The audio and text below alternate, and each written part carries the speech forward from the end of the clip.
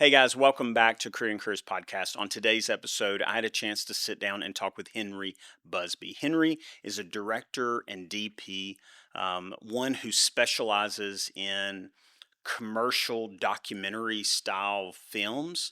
And he oftentimes works with small crews or no crew at all, just simply solo shooting and capturing and editing and all the things. Henry has a story that has really been encouraging to me. He moved off to New York, decided to come back home to Alabama to raise his family. He really helped me sort of have some fresh perspective on what it means to be an Alabamian, what it means to be a father and husband, and how balancing that with our creative work is really important and not something to just simply ignore. I really do appreciate Henry taking the time to just be so candid and honest and sharing his story. And I'm excited to share it with you now. Check it out. All right. So, Henry Busby, thank you so much for being on Creating Careers podcast today. Thank you for having me. I'm a little nervous to be here, actually. Are I, you? I haven't done something like this in a while. And I think the element of like in person, in studio adds like extra stakes to it. Okay. Yeah. All right. Well, we can always cut out the part that you're afraid Yeah. of. Leave it all in. That's it. Yeah, I really enjoyed doing these virtually for so long. I mean, it really was it just made everybody's life a little easier not having to Hmm. come in person. But when I had the chance, I was like, I want to go all in on the in person because I do enjoy the physical interaction with people and just the screen can only do so much. Well, it's creating creators, like it makes sense to, maybe this is overkill for what some people would do for a podcast, but like for creators, this is like catnip. I come in, I'm like, oh, look at this, look at that. Yeah. It's a really cool spot. Well, I appreciate it. I appreciate it. It's been fun building it out. It's been even more fun like having people come and actually sit in here and seeing the vision come to fruition in an actual episode each time. So it's really cool. But I'm excited to get to know you a little bit. I do have some slides. Goodness. I know, I Well, know. So prepare yourself. I'll start this off by saying that it's somewhere around 2019. There was a lot of if you Googled my name, there was a lot more you could find about me. I'd done like interviews, like this was more when I was in like the commercial space, Yeah. interviews, podcasts. There were photos of me and stuff online. For whatever reason, I was just kind of going through a time where I was like, I'm sick of this. I don't want everybody looking at me all the time, just Googling my name. And so I went and basically emailed every single one of those photo editors from whatever publication it was. And I was just like, hey, do you mind taking this down? And they did. And Wow. so I sort of wiped a lot of traces of myself off the internet. So I'm curious to see what you dug up. Most of mine came from you. Okay. Most of it came from your Facebook. Actually, I say Is my that. Facebook open? Uh, That's a good question. I don't know. I think Okay. we may be friends on Facebook, so that may be how I've access to Okay. it. But a lot of these actually came from photos that you were I tagged I in. think this is what's going to happen is so for You're going several to be years I had pissed. You're Facebook going to be D. pissed at me or I your think I know what's friends. coming. And you probably don't even have the half of it, but I think for several years I had Facebook deactivated. So when I moved back to Tuscaloosa, I reactivated it because Facebook actually I think is good for local stuff like Yeah. marketplace. And so I think there's a lot of stuff on Facebook that I have not scrubbed. So let's You've left yourself a little more vulnerable than you realize. I Yeah. think so. I see Yeah. those model shots and I'm like, yes, I did. It was that. Oh, the mod. Yes. Okay. I just Not assumed. actual model Yeah, I was shots. just assuming that was like a Tuesday for Yeah. you. So, well, tell us, who is Henry Busby? Tell me, like where you come from, a little bit of your background, just who you are in general. Yeah. Like I said, I was catching up on the podcast on the way up here. I drove from Tuscaloosa, and I know that you typically kind of start with the intros and tell me about you kind of things. And I was like, oh, geez, I haven't, like, as a young dad, I feel very out of the practice of like reflecting on myself in a sense. But I want to be a good sport. So I appreciate you suffering through it.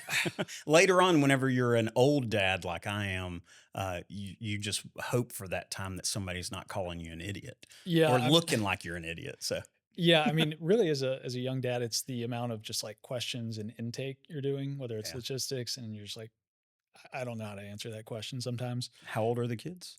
Uh, it's a little over 2 and 4 months as of, like, 2 days ago. Man, you're in the meat of it. We're all 4 in the house. Yeah. So, yeah, Yeah. we can do a whole section on that, Well, but that's beautiful. So enjoy those times while you can and document it as much as you can. that So, is a big part of it. But as far as me, I grew up in Tuscaloosa, which for those who don't know is which direction are we? West or west of we're Birmingham?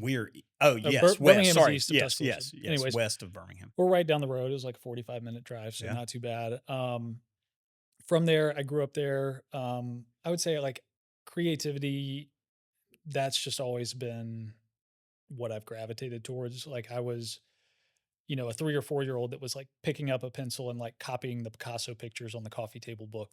That was very like natural to me. Well, it says something that there were Picasso books There is on the a coffee table. well, and I'll get to my parents' influence too because they're a big part of that. But it was really fun. I mean, there was a stage where I was probably like 6 or 8, and I was like doing nude watercolors of French models from coffee table books. That we have one in my bathroom right now. That was from when I was like 8 years old. So that's a different psychology thing to Definitely. explore. But Yeah, Freud would have great time with that.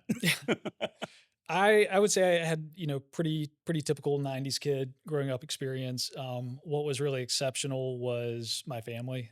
My parents are very incredible people, very different people. They are divorced and they divorced when I was a child, but like this is kind of like a lesson that I felt throughout it was really those ends of the spectrum that I think made me who I am. Like they're so polarizing in a sense that they couldn't exist together, but the parts of each of them that are in the kids is like, wow. Hmm, So my dad, military man, they call him the colonel. He was a colonel in the Marines. okay. So he's, maybe what you might picture, kind of an icy military guy, very smart, very great storyteller. He was always telling stories when I was a kid. And then my mom is or was a elementary school librarian, so she was very filled with whimsy, very goofy, very loud. She likes to laugh. I'm very quiet, and there were different aspects of like my artistic sensibilities that came from each of them. My dad had a lot of technical skill in a sense. Like I used to look at he would do sketches of us when we were kids, and I would look at those and then try to copy them. And that's something I want to do with my kids now. And then my mom, like I said, it was we didn't even know she was an artist at the time. She paints now that she's retired, but she was just someone who kind of knew how to transform spaces. Like she was always finding furniture on the streets and cleaning it up and bringing it in the house and kind of like you're like, wow, you made that, you made what you had shine. So I think that was like a big part of the creativity there. But they were creative in different ways. My mom's was much more of a, Picasso sort of thing. My Yeah. dad's was more of a Da Vinci kind of technical drawings, that sort of thing. And that I mean, it's neat that you can see sort of that like difference, but also appreciate those because those are pretty stark differences. Whenever I think of the librarians that I know, that are those whimsical types, Yeah, and then you got the like very strategic, very planned, very orchestrated kind of military mindset. Also, quite different. very different. And when I was around 10 or 11, whenever 9/11 happened, so I guess I was 11. Um, he was called active duty over that. So from like 11 to 21, he was overseas, either in Germany, Afghanistan, or Iraq.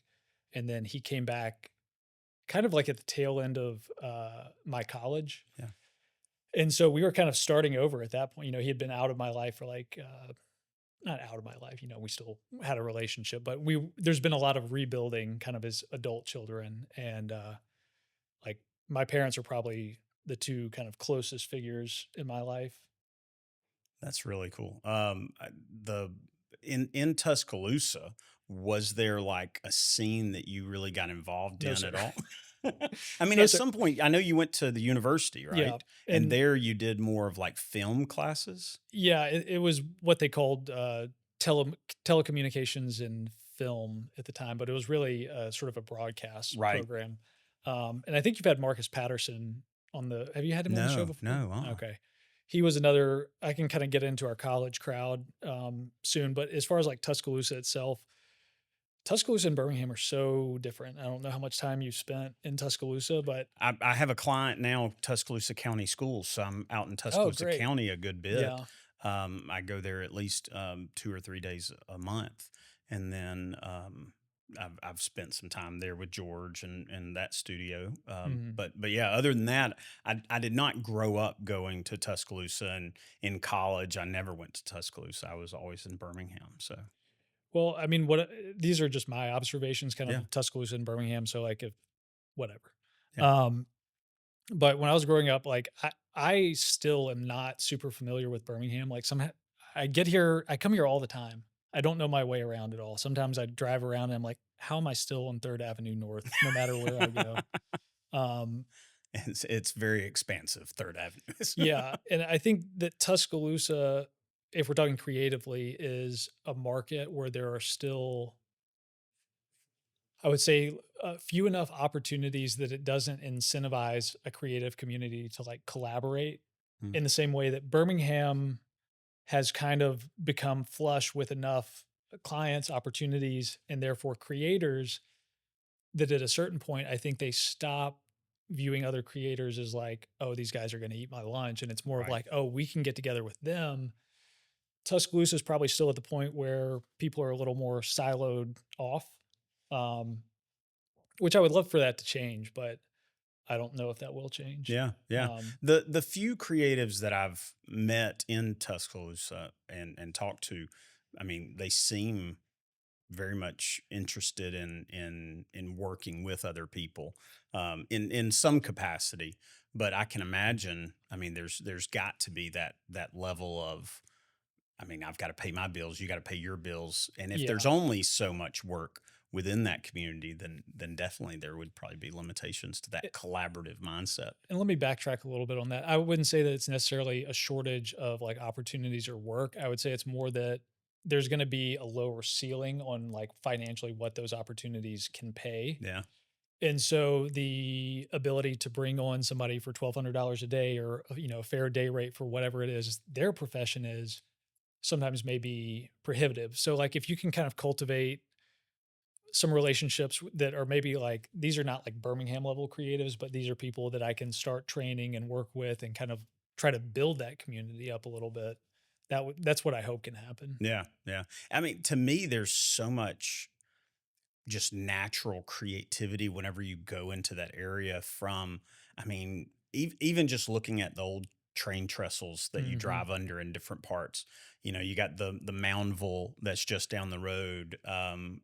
I mean, the downtown area feels very vibrant and full of life. I feel like creativity is strong there.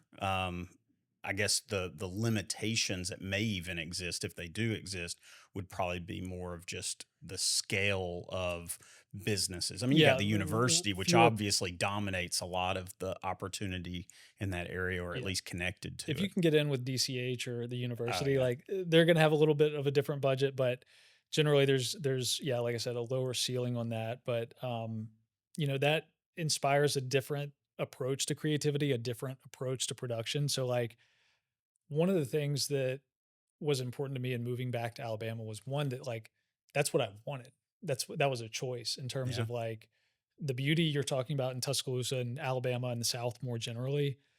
Um, that's it. Like I've been to the other places. I've done the other thing, and for I think for a lot of creatives, that point when they're maybe approaching 30.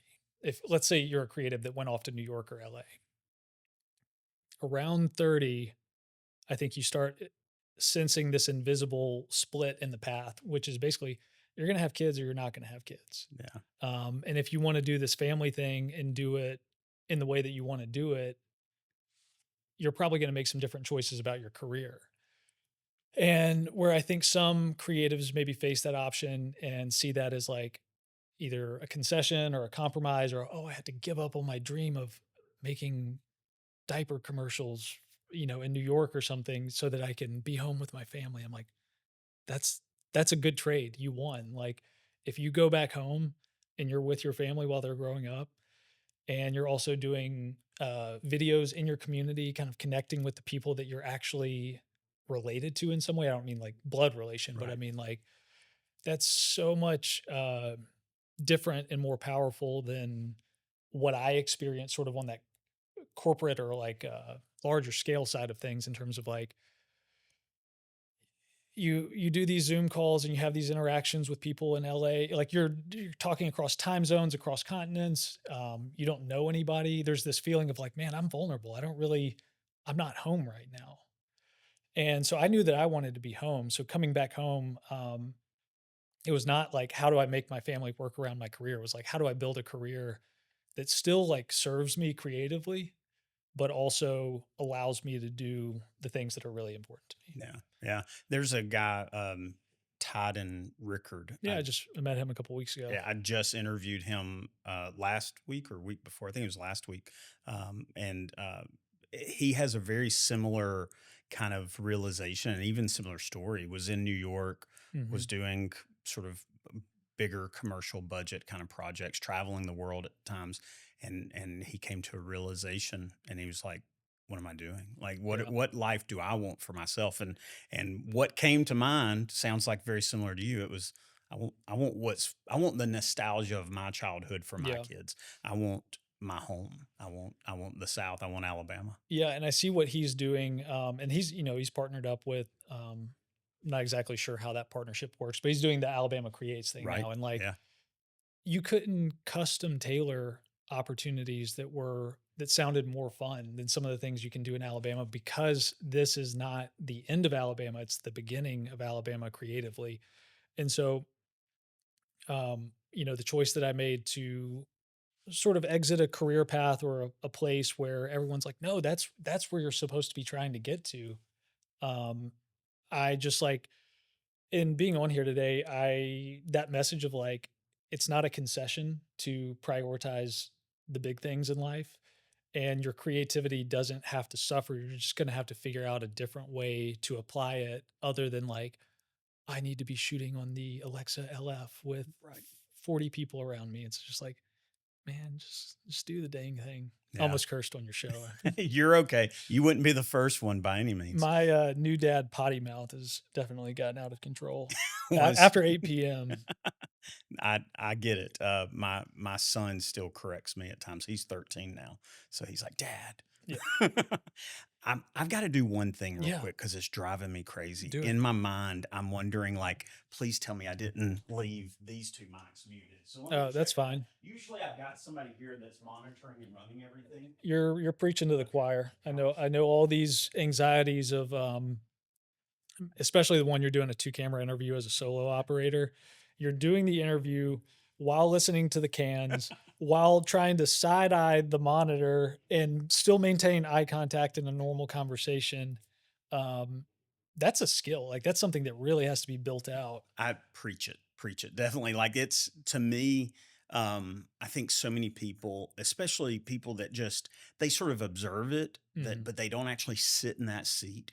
When you sit in that seat and you're conducting and in your mind, you're like, I hope I ran on like I'm running on cam too. You know, it's like Yeah, what that balance of what question am I going to ask next? What did right. they just say that I can follow up on? And the technical stuff that you just hope you did what you were supposed to. Exactly. So there's the technical aspect. You have 2 cameras, audio running, all the different little variables. In this case, you got 3.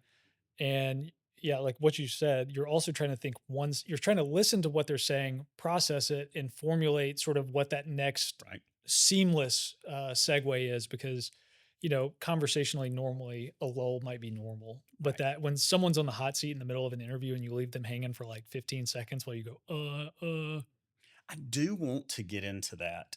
And I may, uh so I don't, I do want to touch on this yeah, mainly. I yeah. mean, I want to respect going through these slides just No, no, because I do I'm want you to see these photos and stuff. I hope it's enjoyable for you and not yeah, terrifying.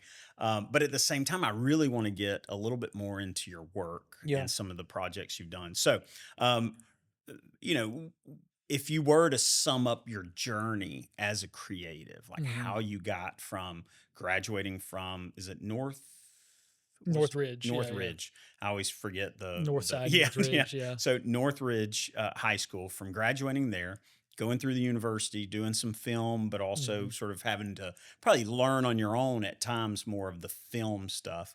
Um, Going from that to like these bigger brands in New York, what was that journey, and where did you really feel like you really learned? Yeah. The short answer is everywhere. Like every step of the way, I can kind of look at and say that gave me a different piece of like what I am now. I'll speed run it though. Uh, High school, I was a pretty typical high schooler. Like I'm very introverted, but in that time I was very outgoing. Had a big group of guy friends. We played sports. We ding dong ditch people. And that sort of evolved into us like making, kind of jackass style videos. This was Yeah, like, early mid 2000s.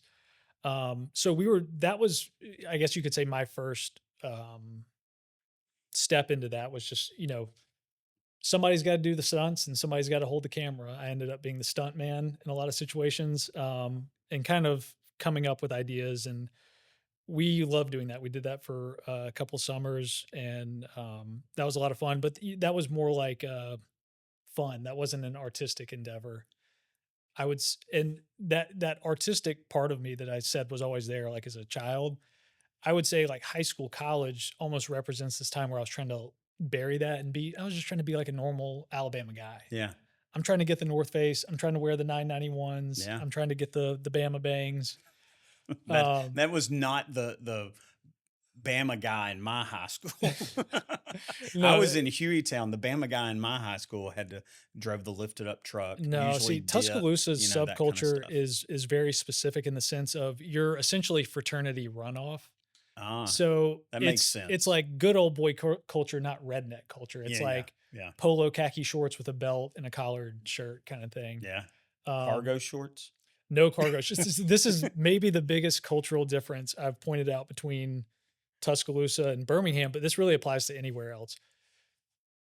Emo, skater, anything in that world, Yeah, that was a death sentence at Northridge High School. I know that like all the Birmingham schools, they had yeah. like their subculture where Right. there were the Yeah, skater kids, yeah. and that wasn't like a total outcast thing. Maybe it was like alternative, but it Right. wasn't. You had another group that you could be a part Yeah, of. but dude, if you came to school with some sort of My Chemical Romance bangs or something, you were getting roasted. Oh, okay. All right. So we Yeah. skipped that subculture. Then college, I ended up going to Alabama really just out of kind of convenience. Like I think I applied to I had this like vague idea that I wanted to go to the University of Colorado for some reason. I think I just saw a picture of it and I was like, that looks cool. Yeah. That was kind of I as mean, there's informed as not it much was. more beautiful, like Yeah. just land features, if nothing else. So And I think my power went out midway through the application. So I was just like, all right, I'm going to Alabama. roll tide. Roll Tide. So I went to Alabama during like the early Saban years, which was just a lot of fun. So Yeah. I was like on that train, football, partying with friends. But it was really sort of the later end of college where within that little broadcast niche, which was a lot of people that essentially wanted to do like Alabama sports videos, there were still a handful of us that were like, man, we want to make movies or something like that. We don't even really know, but we just want to do something. And yeah, a lot of us met. I'll name a few names. Have you had or talked to Marcus Tortorisi before? No. No. He is basically kind of moved up to New York together and then moved back basically at the same time. He's a local director here who still mostly directs kind of like out in New York or LA with his production company, but he just did a short film here with Cedar, and he's a really incredible creative and has a lot of the same kind of perspective on this stuff. But so he and I linked up in college. There were a handful of us other people, and we just got along. I mean, there's nothing like the synergy of like five friends that just think each other's funny. Yeah. So getting together on weekends. Is that the end of the podcast? No, Time's up. I've got this battery backup. Oh yeah, yeah. Well, But I'm sorry. no, no. Just to briefly touch on what just happened. Yeah. Last night, I was talking to my wife, and I had been talking to somebody else recently, having the same conversation of like, man, part of this like solo creator thing that people don't appreciate is it's not just when you get the boxes from B&H. You have to learn how to operate all that stuff. You have to like actually spend time getting to know every single new piece of equipment that comes in Yeah. so that when you're on set, you're not fumbling around like a buffoon. But at the same time, that creates this like weird, like, honey, I've got to go practice with my C stands. Like, that's not real work. You know, you got to go play with your Legos. Right. Yeah. But it's true. You do have to play with your Legos in practice. Yeah, I had for a while. I had my office downstairs at my house, and it was, and I would do the podcast down there, and I'd be sitting at my desk having a conversation, trying to be professional, and all I'm hearing is the dog barking like crazy, the kids running up and down the stairs. Sometimes they would be right outside my door having a fight. Then you'd have that one that peeks Oh, in to yeah. see what you're doing and then close the door. It's like, how can you be professional and be at home? And it's Hey, that could be the theme of this podcast is how do you be professional and at home? Because that's what I'm trying to figure out. Yeah. Well, it's I do love the story, just the fact that you did have that realization that like this is the life that you wanted to have for your kids. And you talked a little bit about it earlier, is that idea of like that almost like contrast in your mind, or that conflict in your mind. Like, Mhm. I want to be creative. I want to express my creativity. I want to do work that I'm proud of, but I also feel like I need to go back to Alabama and have the family life that I want to Mhm. have. And what I've found through this podcast, and it sounds like you're continuing that realization, is Alabama is a great spot to be a creative in, Mhm. and whether it's in film, whether it's in commercial, whether it's in, even content creation.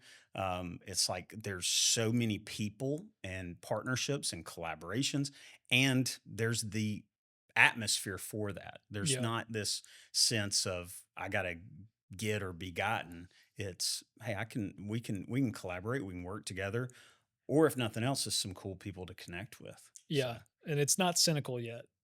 oh, Like that I can only atmosphere. imagine in New York how cynical it may be. Yeah, so, I I wanna touch on something you said, and I may have heard it miscorrectly or incorrectly, but, you said you wanna be creative, but you wanna do these things for your family, and while that's, like, 90% true, the the tweak that I feel like is kind of becoming my thesis is, like, it's not a "but" Right. situation. The A choice for me, and I can't speak for anybody else, but the A choice for me was in Alabama, and to kind of put, like, numbers to that in a sense, like economically, why it makes sense in some level. Um, if I say specific numbers, will you just bleep them? I don't necessarily want like the price of my home out Yeah. there on the Yeah. Yeah. internet. No, no, All I right, can. but Yeah. so let's say, okay, I'm in New York.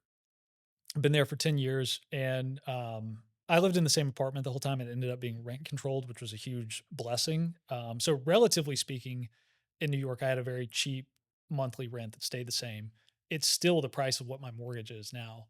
However, most people I knew in New York were paying $3,000 a month to essentially live in a whole apartment, the size of this area. What does that do for your creativity? What does the inability not to own anything do for your Mm, creatively? Whether you're talking about cameras, whether you're talking about grip equipment that's big, heavy, and you can't do it when you have downstairs neighbors, or on a more like tangible side, we're talking about like actual ownership of like assets. Like I can own a house in Alabama. I can start to build financial freedom in a different way that I never could in New York. In New York, I was basically just like sitting in a little apartment box waiting for a call. In Alabama, I have the opportunity to buy the home and the space I need for my operation. I have the ability, because cost of living is low, to gradually build up uh, an equipment inventory that allows me to be so much more versatile and kind of tap into income anytime I want. In the sense of like, don't get me wrong, I definitely I like when I get those calls for a commercial job and there's a big paycheck involved. But I also like when somebody I know from a local restaurant calls me and they're like, "Hey, can you shoot some photos for us this week?" And it's like, that's $750 to go stop by for a few hours, eat some food with them, hang out. Like a lot of creators, I think, kind of turn their nose up at like the smaller opportunities. Right. And I'm trying to kind of put together a life where those kind of coexist at the same time. Like next week, I'll be on a plane flying to, I don't even know where I'm going. I think it's New York, but doing a 2-day doc shoot with like an agency and a client. It's kind of the traditional thing. There will be like 10 or 15 people on set. And then the day before, I may just be dropping by the local Habitat for Humanity project in Tuscaloosa and documenting some of their builds or something like that. So I have something to kind of tap into anytime I need. I'm not like waiting on a call from a big fish. Yeah, I do think that's a really neat place for you to be. I mean, I I wouldn't mind being in that similar place, and I know many other creatives that would love to have that kind of. Um, I mean, because the big opportunities, obviously, the big paychecks, those are great, but also the opportunities. I mean, they can be exciting. They can be, especially to work with a big team with a big budget.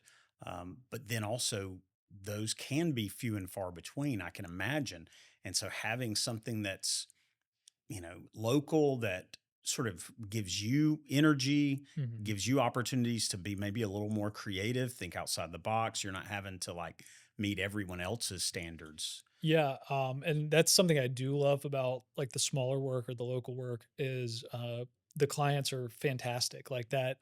that cliche of like your cheapest client being your worst client. I've never experienced Mm, that. I've actually I think Tuscaloosa is obviously different than New York, but it's very, very far away from kind of the pretension of or like the pretension around video or film in general.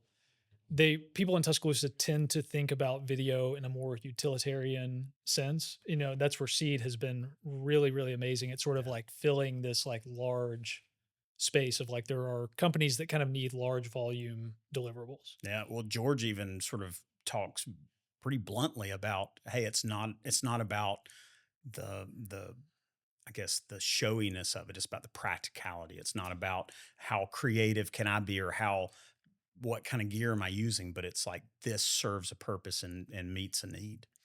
Absolutely. Like one of the things that I think ended up selling me through on this call. So I'm talking to the production company and the agency, and I'm in a sense auditioning for the job. Hey, are we going to fly you out for this shoot next week?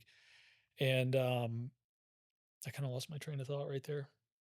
Sorry, I had No, said no. about George being very Oh, practical, yeah. problem I solving. think what really like brought that job home for me was there was an assurance there of like, look, if you were talking to me at 26, I probably would have been the wrong director for you in the sense of like, I don't want anything to do with the client. Mm, I'm just going to ignore what they want me to do. And I'm going to go in there and booyah and kind of do my moves for the director's cut.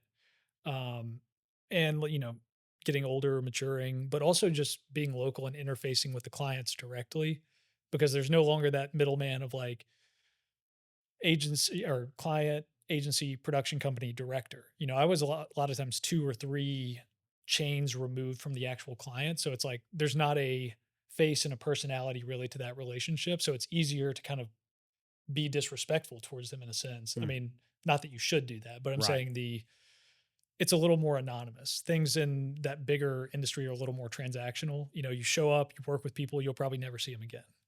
Um, Locally, I like that that's gotten me more involved with just like, I'm handshaking, looking you in the eye. A lot of times locally, we're not really doing contracts. I'm not petty about I'm it's a way more informal way of doing the productions when I'm doing them at that size, but that's a good change up and it helps sort of that agency for a bigger job know that like, hey, I'm pretty versed in working directly with clients. You don't have to worry about a guy coming in here and like turning his back on y'all. Yeah. I mean, it's my experience has been definitely what you're describing locally. It's about relationships. I mean, I would say for me, the work that I do, typically I feel like it's the relationship that gets me the work initially, and then Mhm. definitely the relationship that sort of keeps me.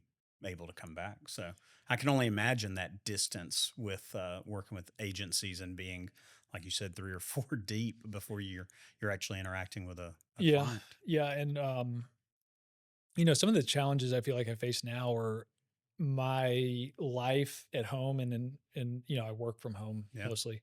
Um, my life is, like, my professional and my personal lives are so intertwined, together that uh it's a challenge to kind of figure out, okay, not how do I jump ahead in my career, but if if one thing moves, the whole thing's got to move. Like I'm kind of viewing my life and career and family as like it's my turtle shell. Like I can't just sprout an arm out this way and be like, hey, I'm off on my career now.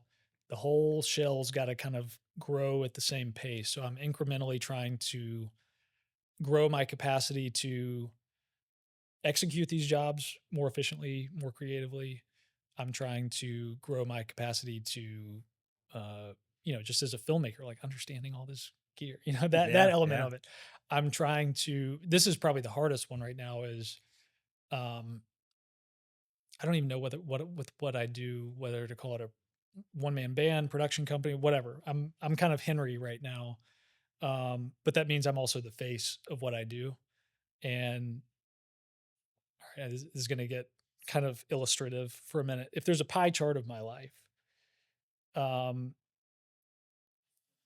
pie chart, I would say maybe 30% of that right now that would normally be occupied for like a full time working job is me still being involved sort of in my day to day family life at home. Like I'm trading some efficiencies at work to be more involved in the family. And I think the only area where I'm still trying to, not the only area, there's always areas, but the thing I'm trying to figure out right now is how do I still have the energy and the clarity to wake up and refreshed and go show up face to face with clients in like a really relaxed, non-stressed out way. Like I don't my eye is probably twitching right now. I'm not sleeping a lot. I'm usually over caffeinated. There's zero vitamins in my body. Yeah. Yeah. So I'm sort of depleted in a sense. So like trying to find more ways to give myself enough rest to also be like the face of what I'm doing and not just this guy that's buried in an edit in his garage. I 100% relate to what you're saying. It, I've worked full time for school districts all the way up until January of 2025 when I stepped out to do my own business, and it amazes me how, I mean, you're at home dealing with. I mean, I have 4 kids and they're all like 11 to 18 now. So over the years, been dealing with them, and I say dealing with them, living life with my Mhm. family, and with that comes extra stresses and sleepless nights, and who knows what happens in the morning before you actually step out the door. And then you got to go and you got to sit across from somebody, like you said earlier, like somebody you've never met, somewhere you've never been before, and you've got to be tuned in. Yeah. And I start noticing when I'm lacking, You'll when feel I'm it. willing, when I'm feeling tired, and one of the first things that goes is my ability to communicate, Mhm. which is my strongest like strength out of all the stuff that I do.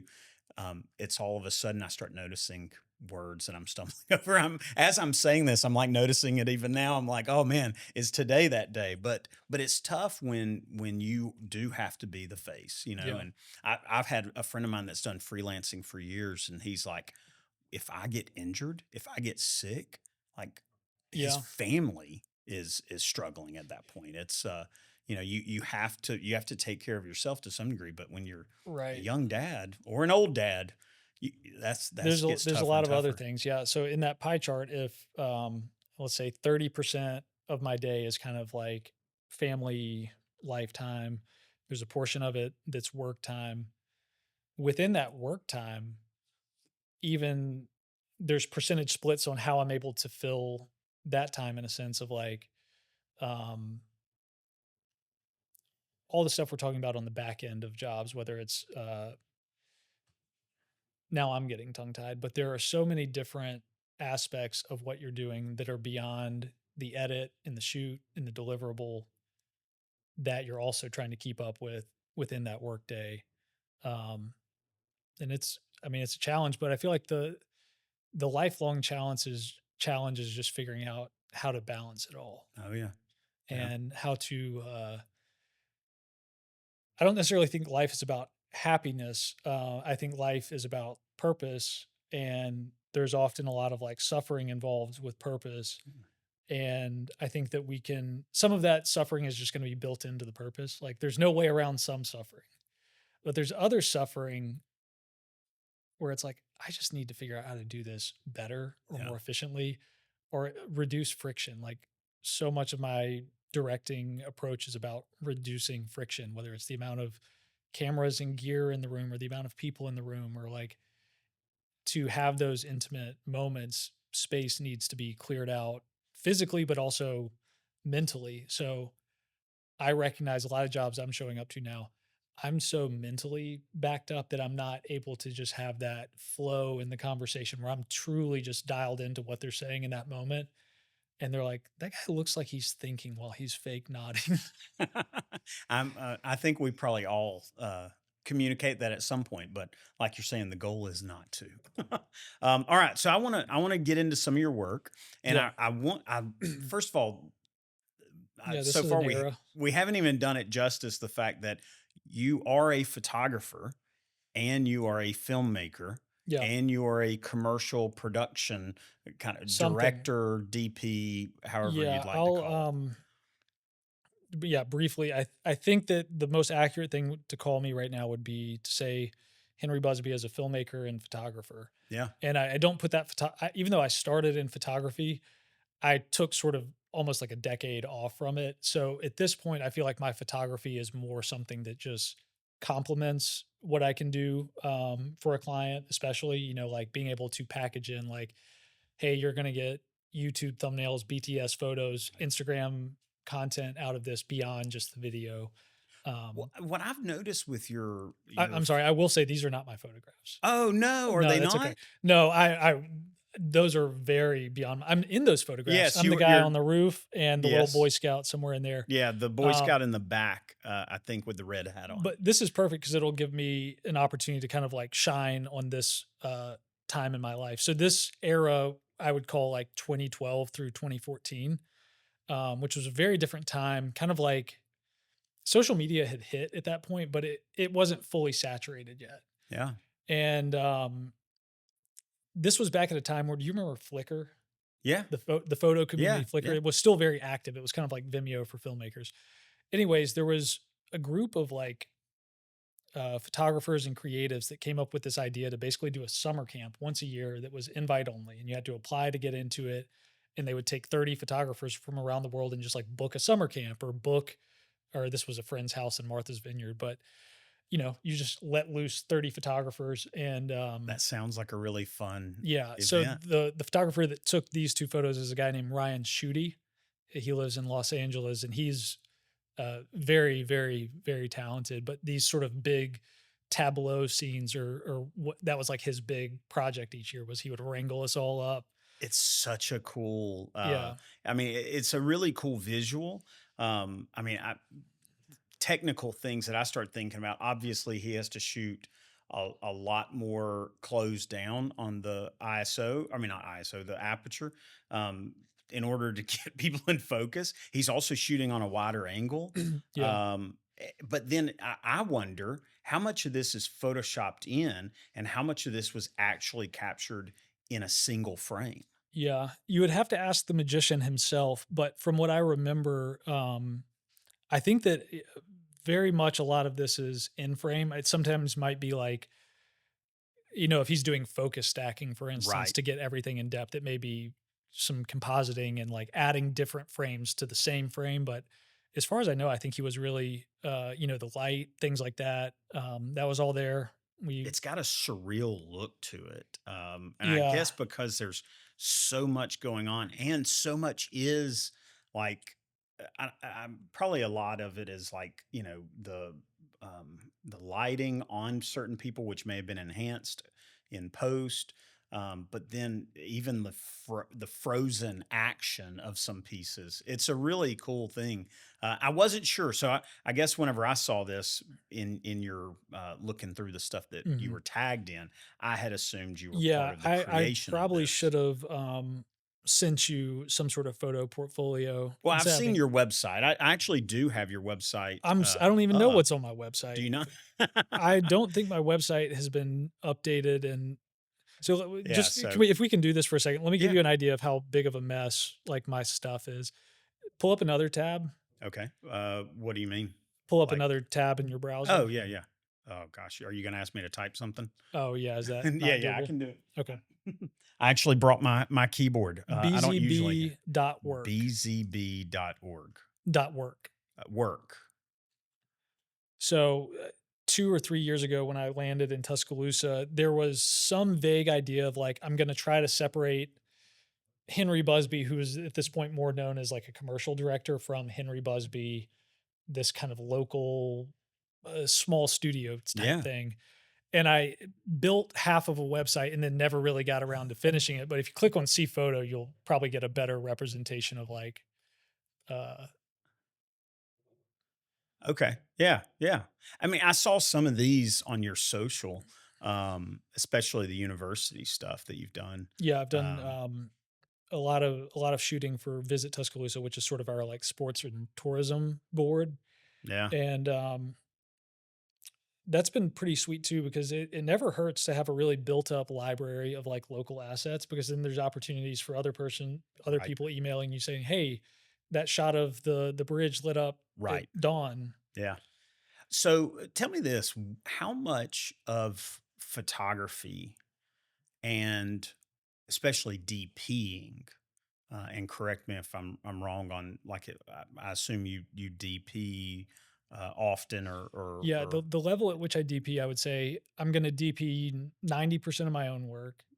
There may be exceptions where it's a big job or yeah. something that, and then yeah, once it really gets above sort of that cinematic documentary feel, I'm probably gonna pass it off to someone else. This, like, for instance, this one was earlier in my career. This was not shot by me. This was, an extremely talented guy named Jeff Melanson, and this was cool. We shot, half of it on 16. We actually spent like 5 days just kind of with this guy. There was no client, or agency with us.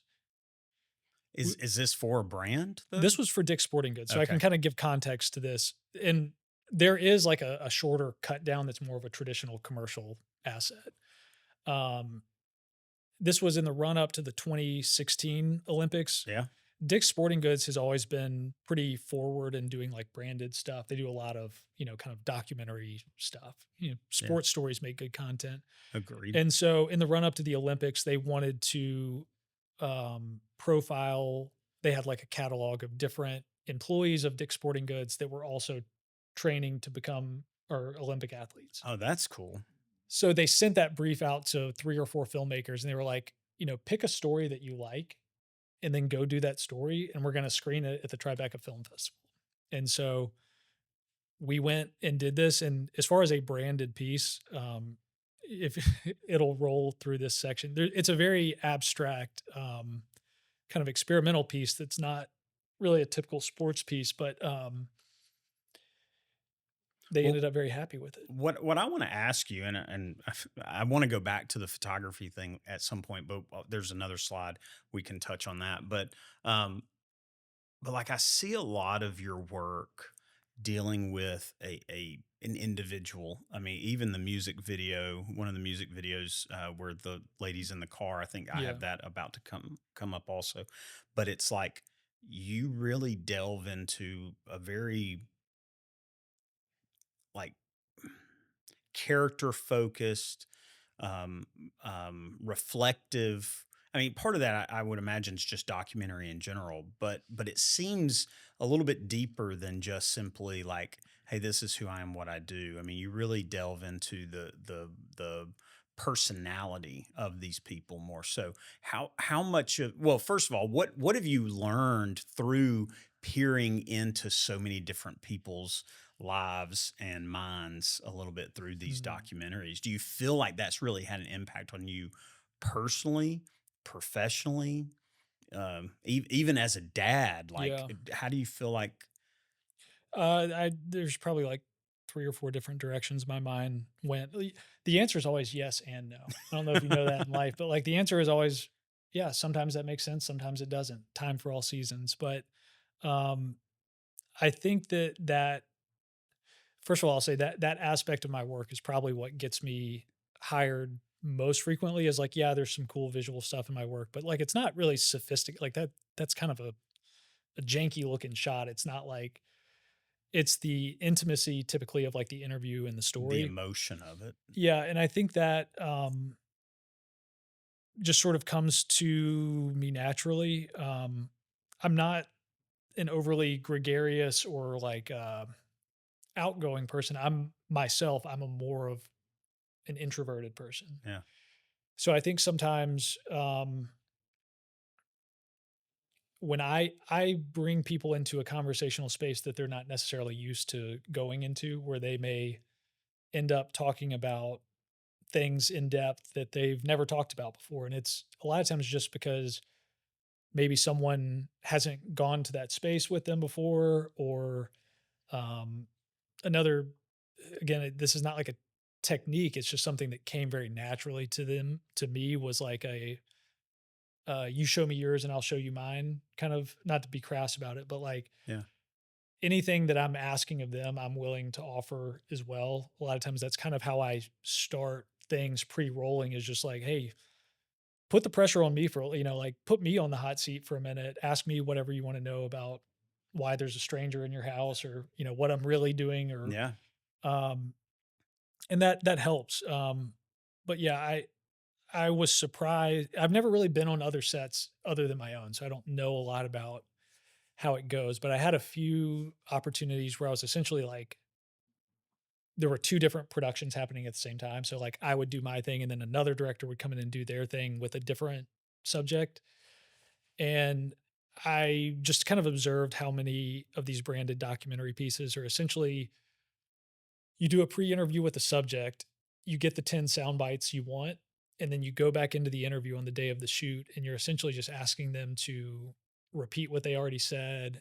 And that's an efficiency thing. A lot of times you don't have time to go into a 2-hour, really in-depth, interview. So it really just depends on the situation. But Well, then you also guarantee yourself to get exactly what you know you need to get. yeah, and I mean, there can be pressures to do that, especially if it's Yeah. a 1-day shoot as opposed to a 2-day shoot. Like, there may be an agency pressure to, like, "Hey, we the client has to know what that story outline is before we go to the shoot." And I'm like, "Well, I haven't talked to him yet. I don't really know." So that can be a hard thing to sell through commercially, is that, like, if you really want the documentary result and not just the aesthetic of it, then there's not really that many Yeah. shortcuts. You kinda have to actually have those conversations. I did a job recently that was, a very kind of like low key informal job, but then the interview that I was assigned to do was, interviewing the mother and father of a veteran who was killed in action. And it was the kind of thing where, I've done a lot of different challenging interviews with people that have been through different stuff. I haven't done as many of those in the fully solo operator capacity, where all the variables that we talked about, Yeah. those are also on your mind as you're, so the person that the client that was going to go with me to the shoot day before had to cancel. And so I'm literally just showing up to a door, and who knocking on a door and saying, "Hi, I'm Henry. Nice to meet you. Can I come in and set up some cameras and ask you about, this very painful thing?" Yeah. Um, sometimes sometimes what I'm asked to do, especially in a commercial sense, doesn't feel like something I actually want to do, in the sense of, like, do I want to bring them into this uncomfortable territory? Like, do I want to turn over all these painful memories for them right now so I can get a sound bite that's in service to this client? And not to put the client's aims cynically, they're raising money towards veterans causes. Um, but ultimately, I'm driving up there, my stomach hurts, I feel like I'm gonna throw up, and I'm just like, I just don't want to be an ass, and the only way I really knew how to do that is just like, I mean, you can probably hear it in my voice right now, like, I'm very run down. My shield, as you'd call it, I kind of call it, your aura. My shield is very low, meaning like my voice already sounds thin right now. I already kind of sound like I'm about to cry because Yeah. I'm just tired. And so rather than trying to fight that on this interview, I just like kind of showed up as I am, and we talked about my kids, and like I just put myself in their situation. And I also think it's important sometimes to not ask things. Like we didn't go into anything really heavy. I basically just talked to them about the memory of their son as a child rather than focus on, what happened to him. Yeah. Um, so I just show up and be authentic. It, one of my favorite things about doing, I don't do documentary work, but I do, you know, I guess quasi documentary interviews for the purpose of like testimonials Yeah.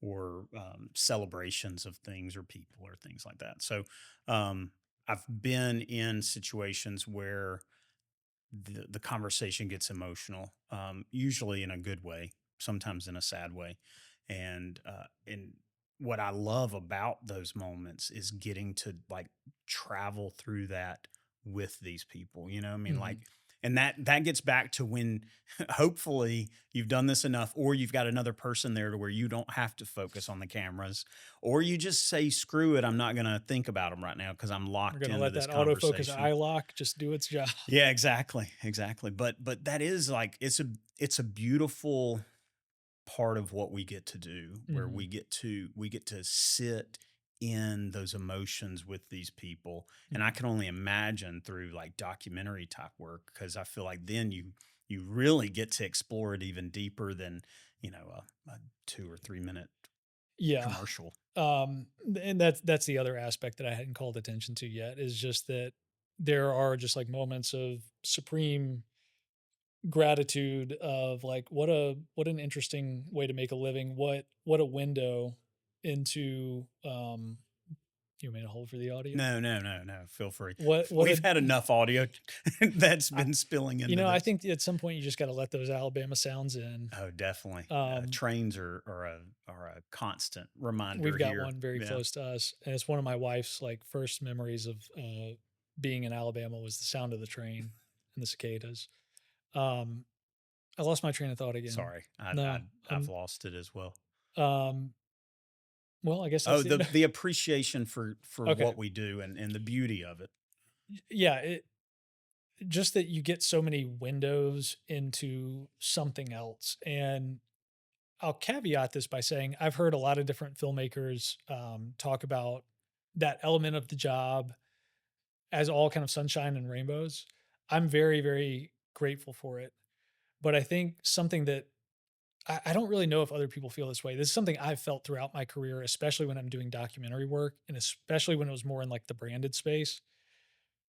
Cameras sometimes tend to attract inauthenticity Mm, in a way.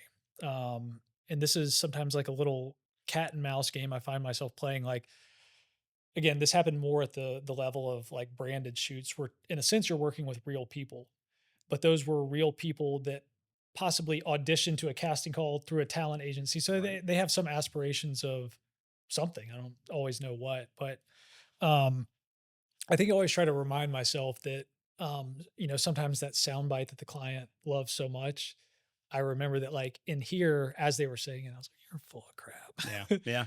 And still, navigating the conversation, respectfully and politely, but I deal with a lot of situations where sometimes I'm like, "Wow, what an amazing story or place to be or moment to be experiencing," and then other times I'm like, "I'm on to you.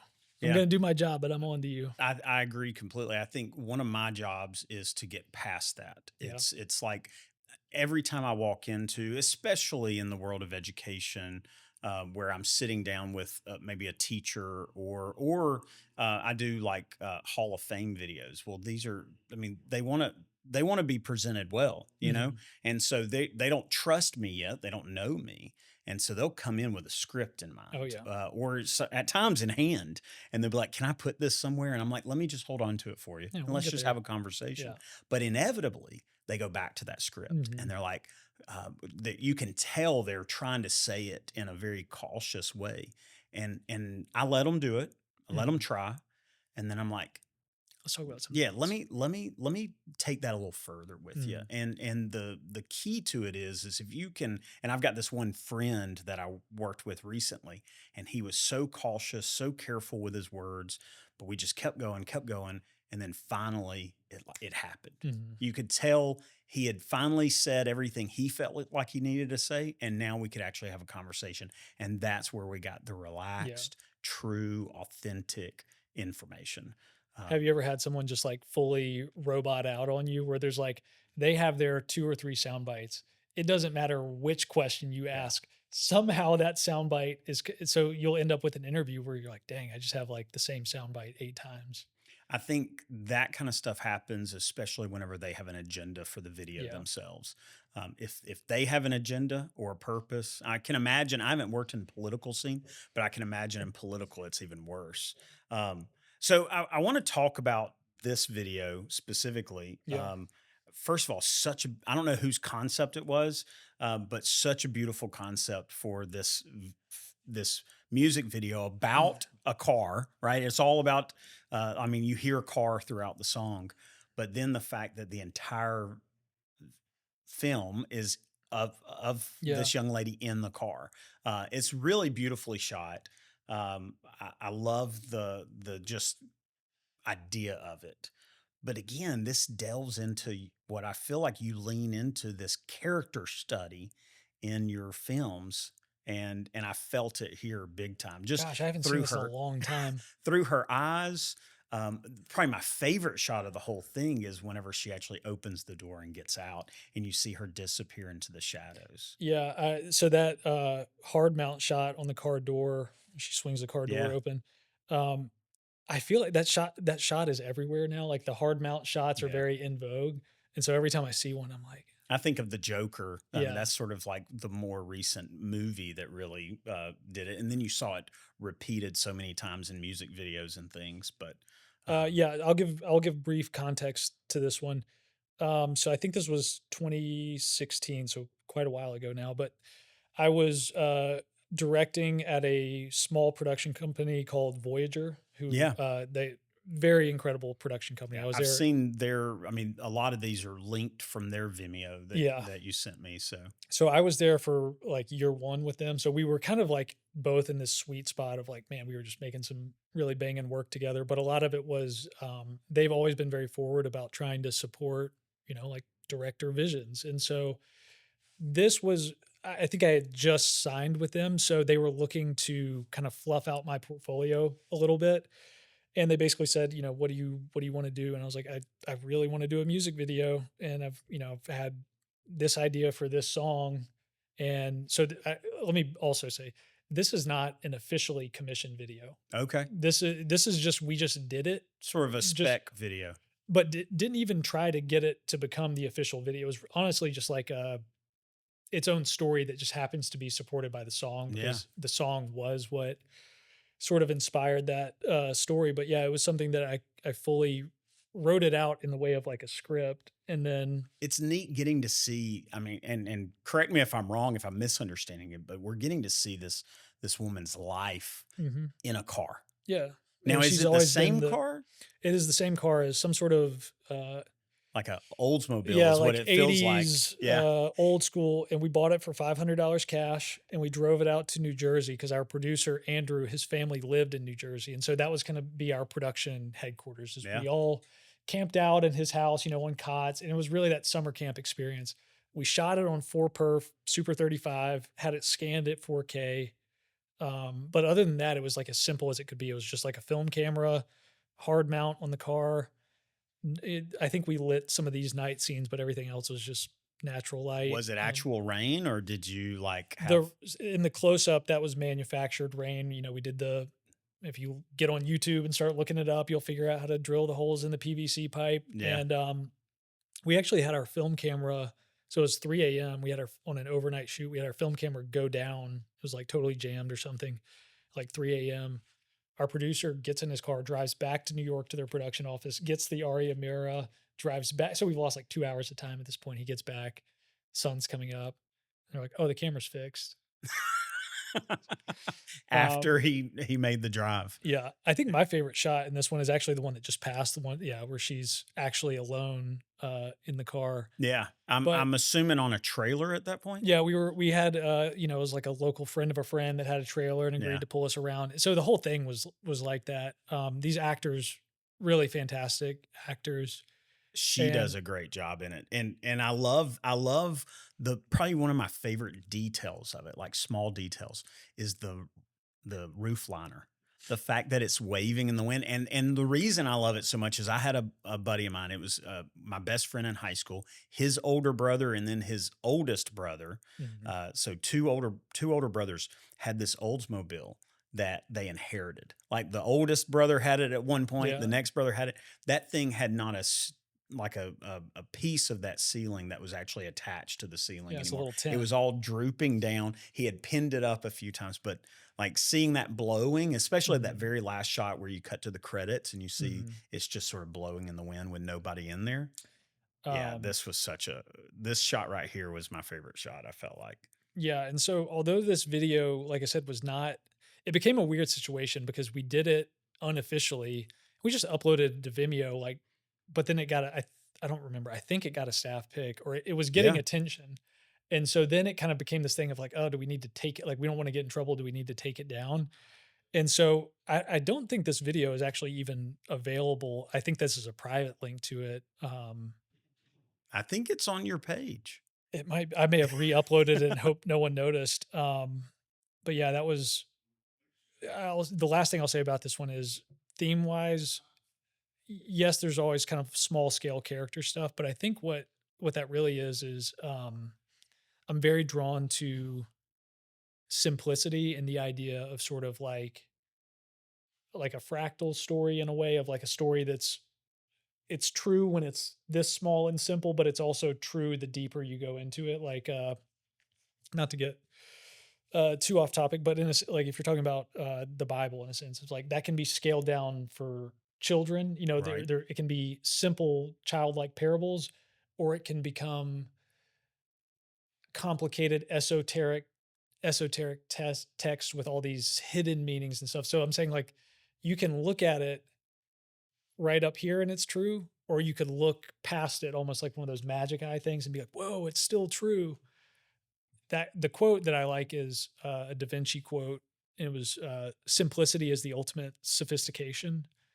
And so I think a lot of times I'm trying to think of a story that is seemingly so simple or contained, but it actually kind of contains everything in there. Like that whole woman's life you're experiencing in that car ride. Yeah. Um, but that's not a conscious thing. I think that just reflections after the fact. Yeah.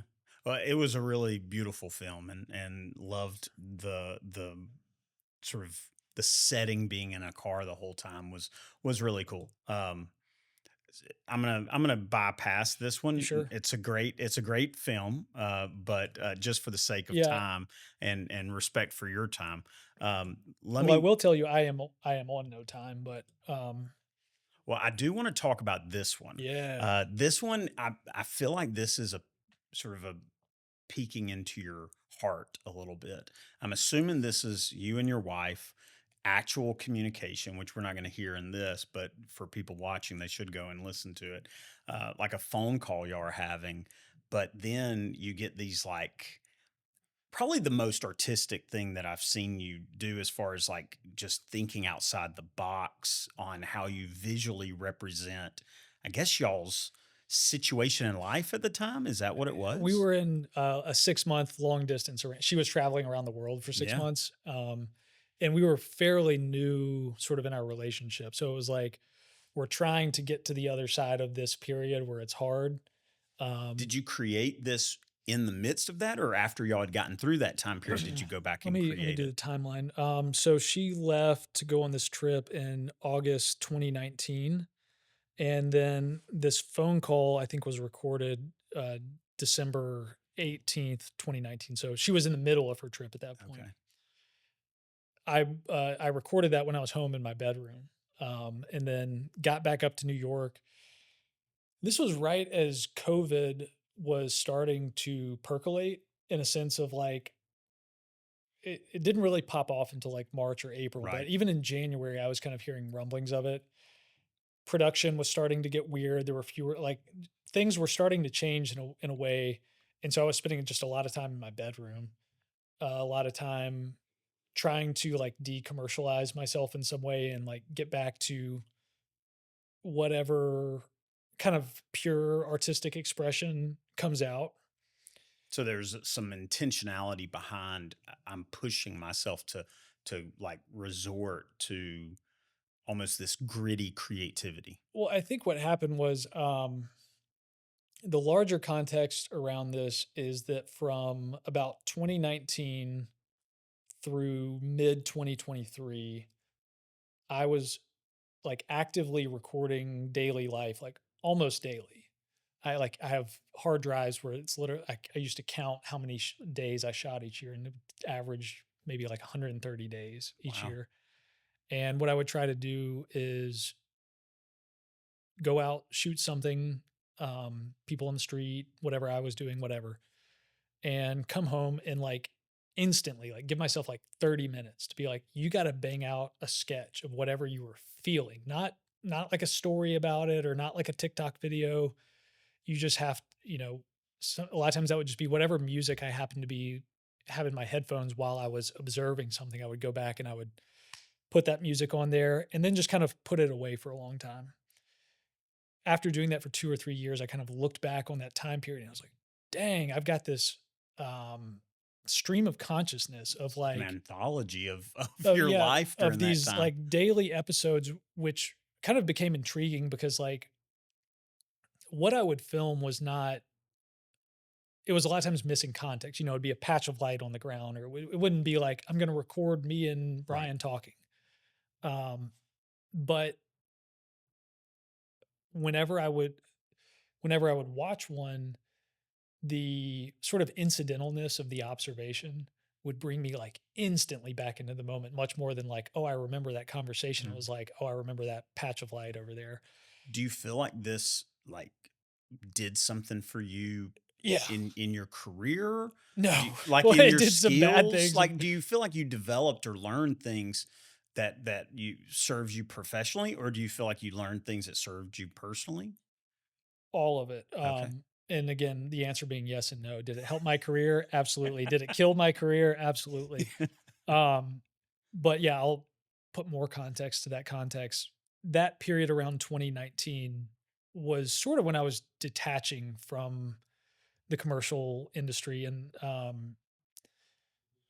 some of that was the way of working didn't really suit me. I was falling in love. I was feeling this pull back to Alabama. I was feeling uncreative and kind of burned out. So I gradually wanted to be moving back towards just coming up with something and feeling less like I was a magician that knew tricks. I could never put that together again. If I open the project file, 50% of those things are in the trash can and gone, the Right. little down.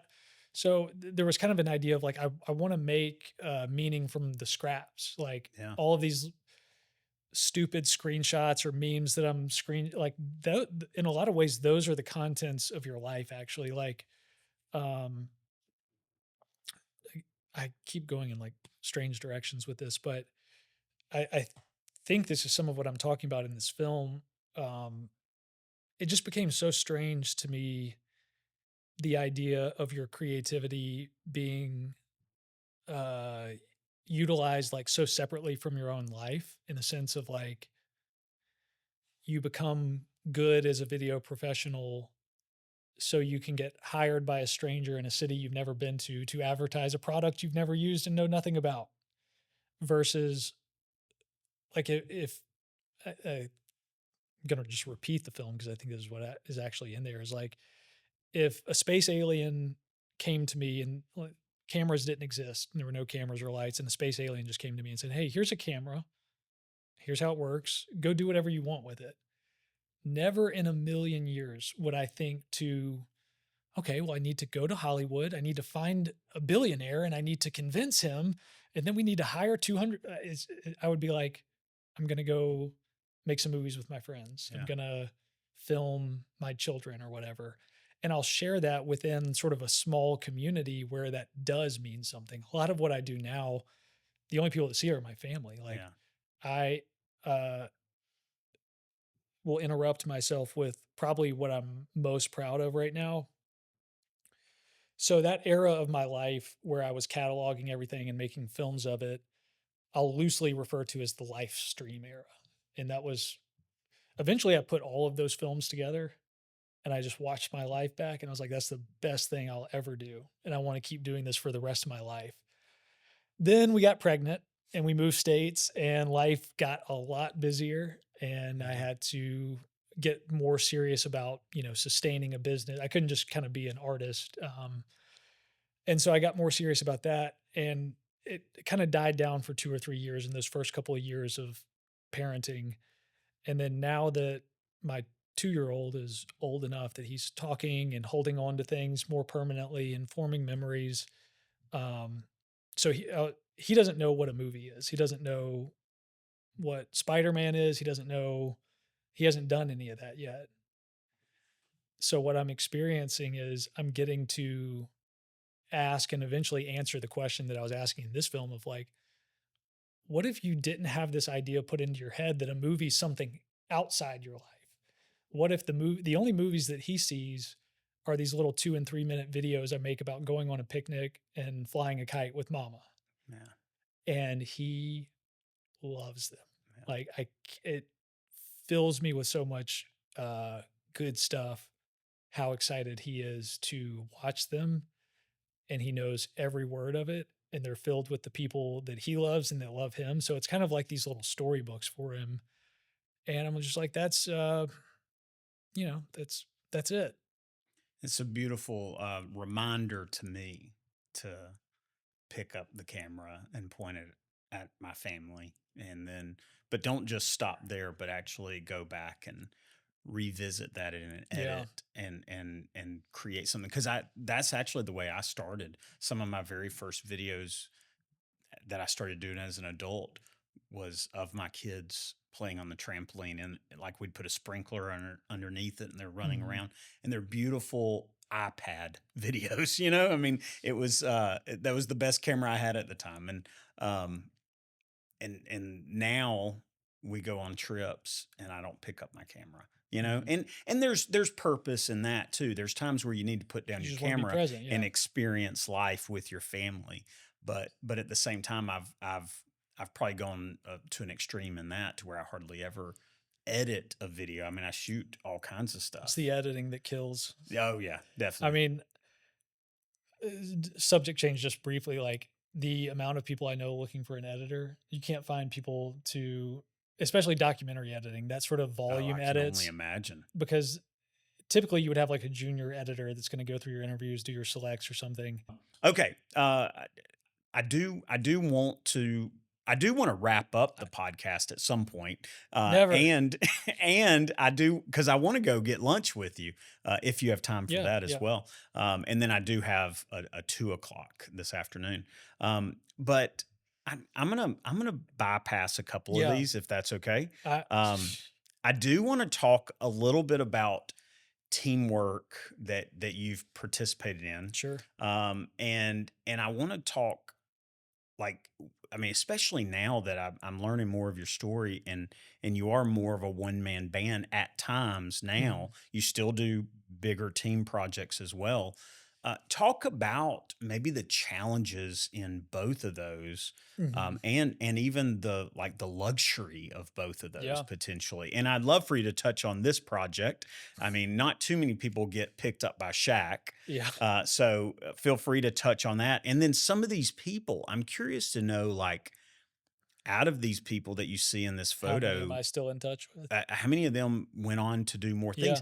Yeah. And the guy on the right hand side in the red shirt, That's David Sykes. That's who I thought it was. So Yeah, David worked for Night Edie for a while. I think he's moved to like he's in Huntsville Huntsville now. area now.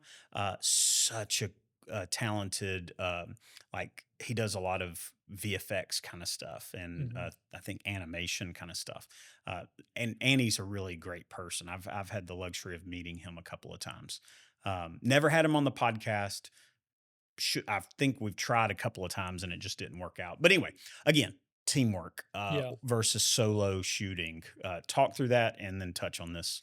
Yeah, I'll say off the top that if you want to kind of have the bigger teamwork discuss, or if you want to talk to a director that probably could speak better to the teamwork aspect, I think Marcus is your guy. I think Okay. Marcus is still more in kind of the like if you're watching College Game Day on Saturdays, you're going to be watching his Home Depot commercials or something Okay. like that. So he's still on those sets. I would And say he's that a Birmingham he's a guy. Birmingham Okay. guy. Nice. I would say that even when I go to New York or something for like it may be a bigger client, but for me to have sold my process through, it's still going to be a relatively small team of like 5-ish people maybe. Well, even that though, I'm Yeah, yeah. curious to know like Okay. what are those challenges you're seeing, whether you're working with a smaller crew or whether you're working by Sure. yourself, and then what's the luxuries that Okay. you I'll experience? start off the top.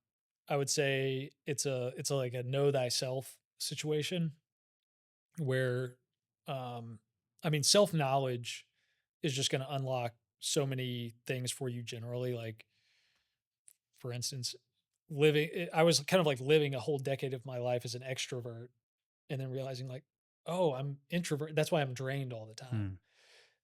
Big set life, team life, I think you really need that extrovert side of yourself. It doesn't have to be your whole personality, but you need to be able to summon it for at least 10 to 12 hours at a time. Um, It's really neat that you're an introvert. I consider myself an extrovert.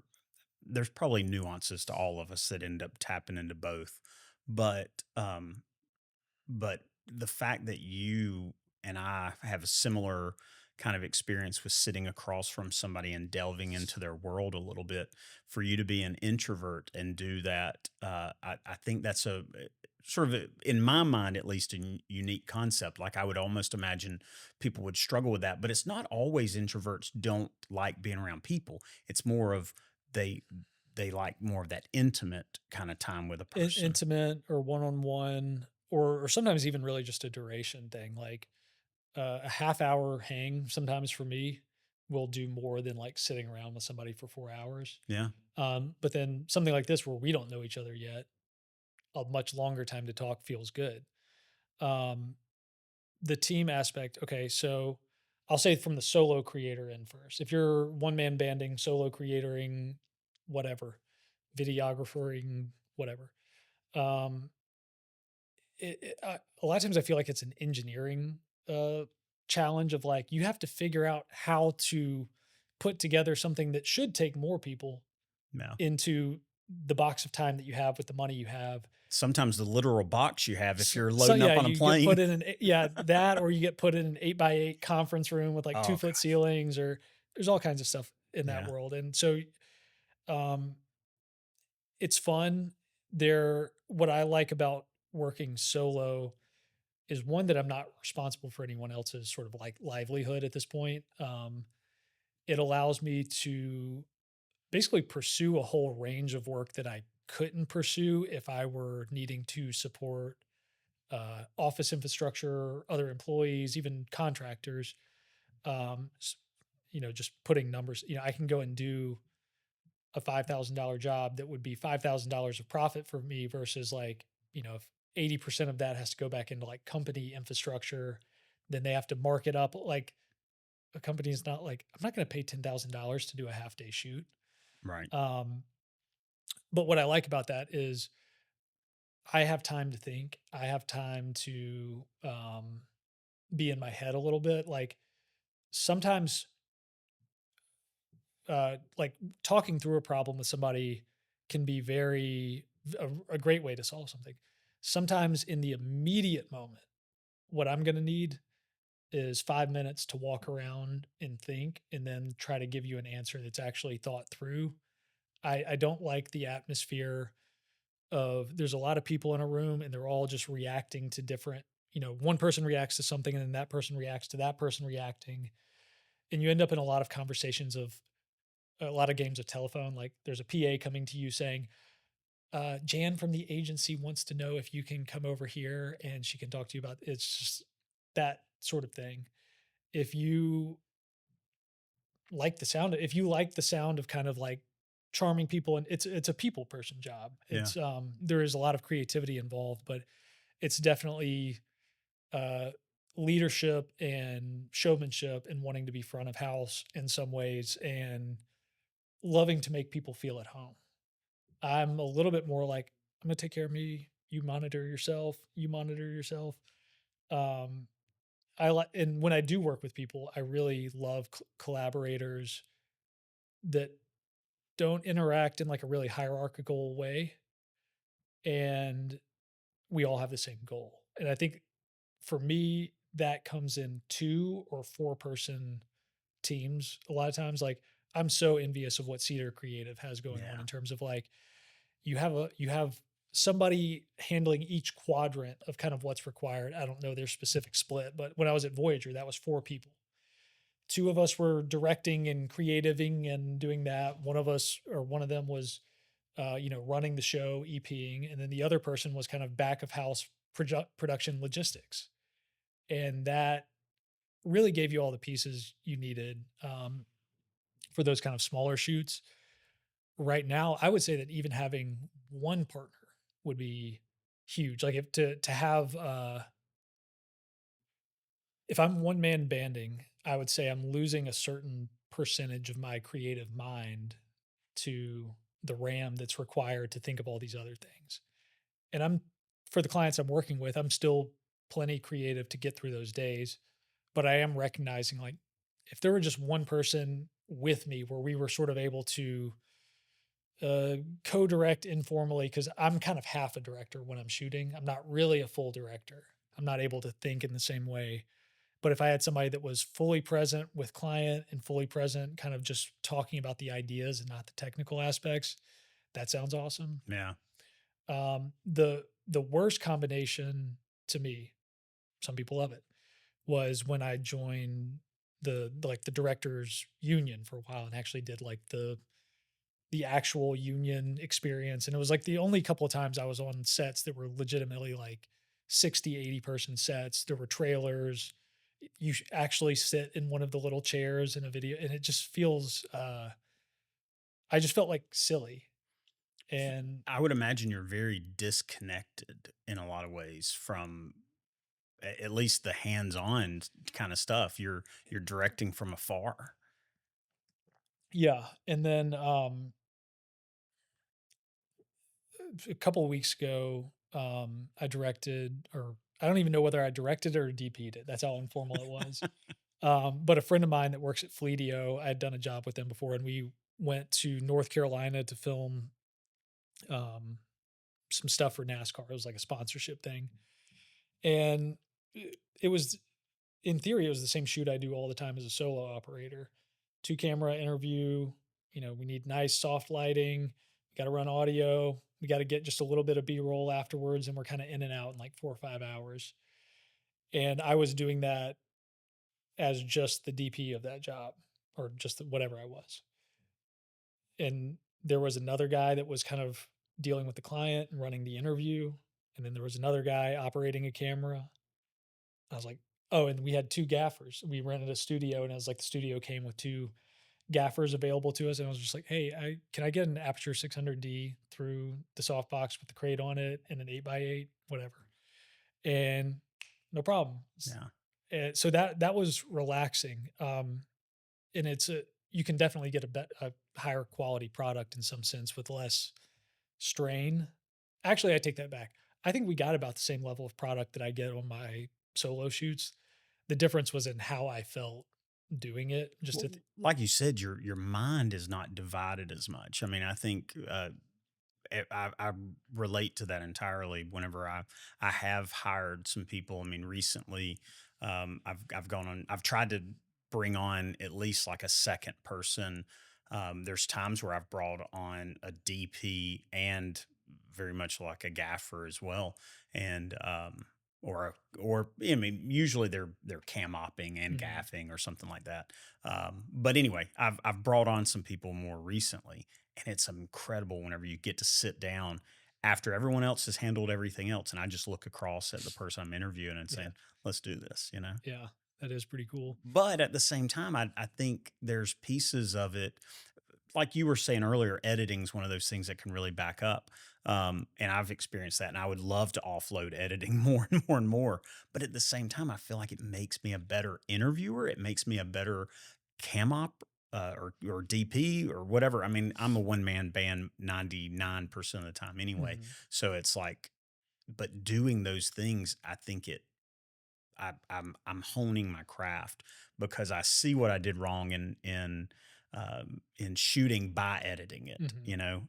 And the same with whenever I bring on somebody else, it's incredible whenever I see like, oh, look at this angle that I'm using more and Yeah. more. Alex Kiker is one of those guys. Oh, yeah. I've shot with Alex, and then I edit it, and I'm like, oh my gosh, I love this angle. He got to Mhm. love this angle. Well, now I imitate that in my stuff because I'm Yeah. like, I loved it whenever he got that. Yeah, I think that's an element that I do miss, in having, like, creative collaboration.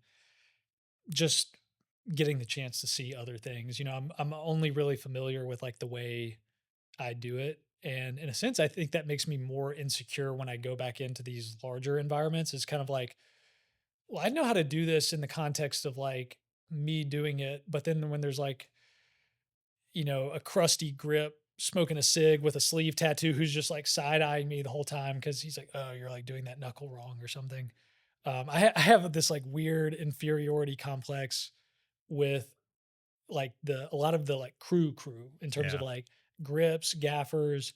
There's always this, and I think it's partially because I started when you see these early photos. I look 10 years old when I started, and I was obviously, like, the youngest person in most rooms that I was directing, and I kinda knew some stuff, but I felt like a lot of times there was just this, like, you're not it, kid." I'm the oldest one in the room usually now, and I still don't know. I'm like, wait, is that grip or gaff? Like Oh, I don't get that ask kind of me. stuff mixed up all the time. So But it's that, like, that sort of, like, third rail mentality of, like, set lingo. If you're if you're not in on the set lingo and you just get that look from somebody where they're like, "Oh, you don't know what a a C, whatever it crab is. claw Yeah, is." yeah. I'm like, I "Man, I'm just trying to make something cool here." Yeah, yeah. I do think that there's times where that kind of stuff can be, at least for me, it would be very intimidating to step onto those kind of sets because I don't know that. I mean, like I said, I was a teacher, so Yeah. like in education, you really didn't get into set life very much. So Well, I mean, from listening to the podcast, watching it, and talking, I think your people skills are so far beyond a lot of people's, and your ability to kind of converse and be at ease and genuinely be interested in people is that the strength in those soft skills makes up for a lot of lack in hard skills if there is. I don't know that there is, but there's this looks plenty of pretty lack. advanced to me. Yeah, well, I appreciate that, and I appreciate the compliment about people skills. That's something that I have to go back to. Uh, a lot of it's just built into me, Mhm. genetically, probably, or experiential with my family.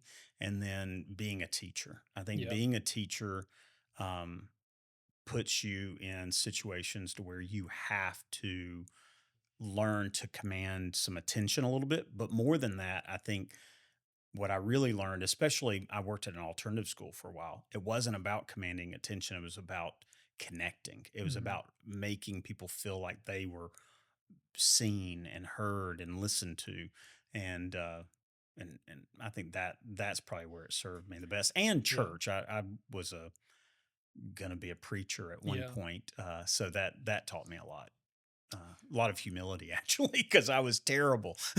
Well, I mean, I would think that those soft skills in the people that you would have a lot of fun and also be very skilled in leading crews of that size, and just sort of speaking into like what you want to see happen. Like I I don't want to address 30 people.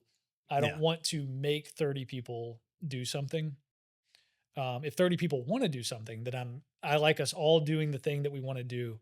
But that element of leadership that is really inspiration, where it's like you got to make them stand up. Yeah. Um, that may be somewhat related to like my dad, and he was very much a leader in the traditional sense. And I think as I've gotten older, I've morphed a little bit more into just kind of come see, come sa. Yeah. I don't think that's what that phrase means, but I've been using it lately. I think it I don't know. I'm no expert on Say any la kind vie. of language other Yeah. not even English, so much less, other ones, so is that Latin I know, or I think it was French, but it's French French? used Come see, comme ça, incorrectly. yeah. I don't Okay. think that's what that means. My wife's been telling me that, but I just use it to say like, "Hey, little of this, little of that, it Right. all works out." You do your thing, I'll do my thing. We Yeah. can do it together maybe. Yeah. Alright, so I wanna know what would you tell this guy? Especially the guy down the bottom left Yeah. and the top left. Um, Do you care to no, address any of the photos? yeah, Explain yeah, yourself? yeah. Top one is from my high school senior year. It was like homecoming week, and it was Decades Day, where you're supposed to. So everybody's dressed as the '60s or '70s. And Me you and my were buddy said the year. Yeah. 4,065. And, Nice. Look at in you. some ways, little silly stuff like that. We went and cut up those sewage tubes, and Yeah. the middle one was from kind of that photo camp Okay. thing that I was Yeah. talking about. That briefly, that photography camp was essentially the gateway into me going to New York. New York. I graduated college in May of 2012. Didn't go to graduation, went home to apply for that before the deadline expired.